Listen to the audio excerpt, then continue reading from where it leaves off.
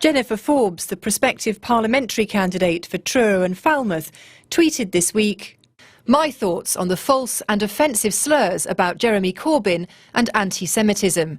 She says that Mr Corbyn's taken the issue very seriously and the person he appointed to tackle the problem has an outstanding record. But I would take objection to the fact that an entire community feels like it's being discriminated against. That is my biggest issue with this. I want us to deal with anti-Semitism, absolutely stamp it out.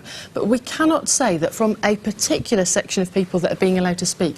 I think it's really upsetting that the people that are Jewish that are saying they feel very comfortable in the Labour Party, they are feeling like it's anti-Semitic. They're not allowed to raise that opinion. It did seem to me, from the information that I've got, that they took a particular subsection of staff that have, in the past, stated quite clearly that they have strong anti-Corbyn views, and then Jewish members that have said that they don't feel this is the case.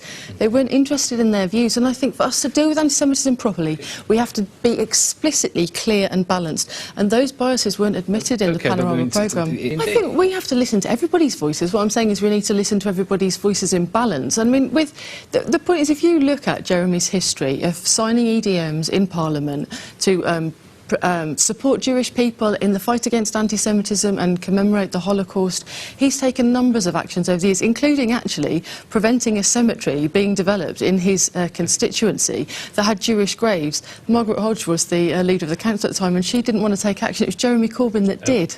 The suggestion that we don't take it seriously, that we haven't done anything about it, and, you know, the suggestion that Jeremy Corbyn is responsible for anti-Semitism in the Labour Party, I think there was a backlog of cases that predated Jeremy's leadership and Jenny Formby's position as General Secretary.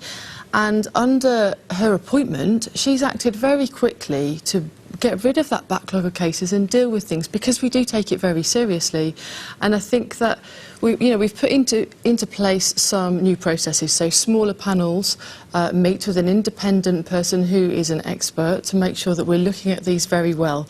So there are a number of things that we have done showing that we take it very seriously and making sure that we are dealing with this properly, that weren't reflected by the Panorama programme. And I think it was positioned in such a way that didn't really give fair and balanced reporting, and that's what I found quite offensive. I think, I'm sat here with you all today because I really value the BBC. There were a lot of responses from the Labour Party. You know very well that the Labour Party has an appropriate body to do that. It's absolutely not within my remit to make judgments on things that are supposed to be dealt with by a National Disciplinary Committee, and you know that, and you're still casting aspersions.